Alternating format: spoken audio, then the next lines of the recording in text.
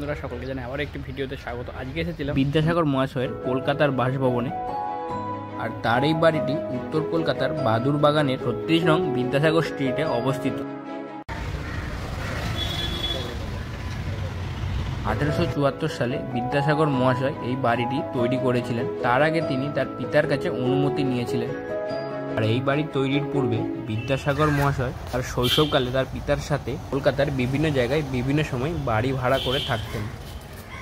আর বিদ্যাসাগর মহাশয় প্রথম কলকাতায় আসেন 1828 সালে। আর তখন বিদ্যাসাগর মহাশয়ের বয়স ছিল 9 বছর। বিদ্যাসাগর মহাশয় জন্মগ্রহণ করেছিলেন পশ্চিম মেদিনীপুর জেলার বীরসিংহ গ্রামে 26 সেপ্টেম্বর 1820 সালে। আর এই বাড়িটি 1998 সালে পশ্চিমবঙ্গ সরকার অধিগ্রহণ করেন, কিন্তু এখনো পর্যন্ত এটি মিউজিয়ামে পরিণত হয়ে ওঠেনি। আর এই বাড়ি রবিবার দিন বাদে সপ্তাহে 6 দিন সকাল 10টা থেকে বিকেল 5টা পর্যন্ত খোলা থাকে। চলো বন্ধুরা, দেখা হচ্ছে আবার পরবর্তী ভিডিওতে।